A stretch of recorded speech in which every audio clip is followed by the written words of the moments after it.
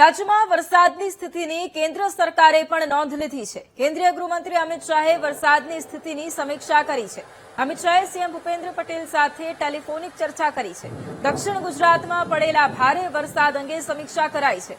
અમદાવાદની સ્થિતિ અંગે પણ અમિત શાહે સમીક્ષા કરી છે। તો એક તરફ રાજ્યમાં અવિરત વરસાદ ખાબકી રહ્યો છે અને કેન્દ્ર સરકારે પણ તેની નોંધ લીધી છે। કેન્દ્રીય ગૃહમંત્રી અમિત શાહ સતત મુખ્યમંત્રીના સંપર્કમાં છે અને સતત તેઓ સ્થિતિની સમીક્ષા પણ કરી રહ્યા છે।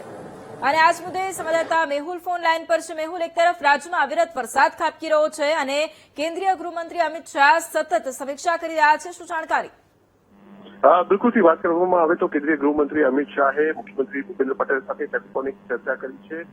ખાસ દક્ષિણ ગુજરાતમાં પડેલા ભારે વરસાદની સ્થિતિની સમીક્ષા કરવામાં આવી છે। 3 જિલ્લાઓની અંદર જે શું કામગીરી કરવામાં આવી છે, રાહત બચાવની કામગીરી, સ્થળાંતરની કામગીરીની વિગતો જે છે તેમને આપવામાં આવી છે। સાથે જ અમદાવાદ શહેરની અંદર જે વરસાદ થઈ રહ્યો છે સવારથી અને જળભરાવની સ્થિતિ છે તેને લઈને અમદાવાદ મ્યુનિસિપલ કોર્પોરેશન જે છે શું કામગીરી કરી રહ્યું છે તેની પણ ચર્ચા કરી છે। જરૂર પડે એનડીઆરએફની વધુ ટીમો ડિપ્લોય કરવા માટેની પણ ખાતરી જે છે તે મુખ્યમંત્રીને આપવામાં આવી છે અને જરૂરી તમામ ચર્ચા અને જે સમીક્ષા જે છે તે કરવામાં આવી છે। જી બિલકુલ, આભાર મેહુલ તમામ જાણકારી માટે।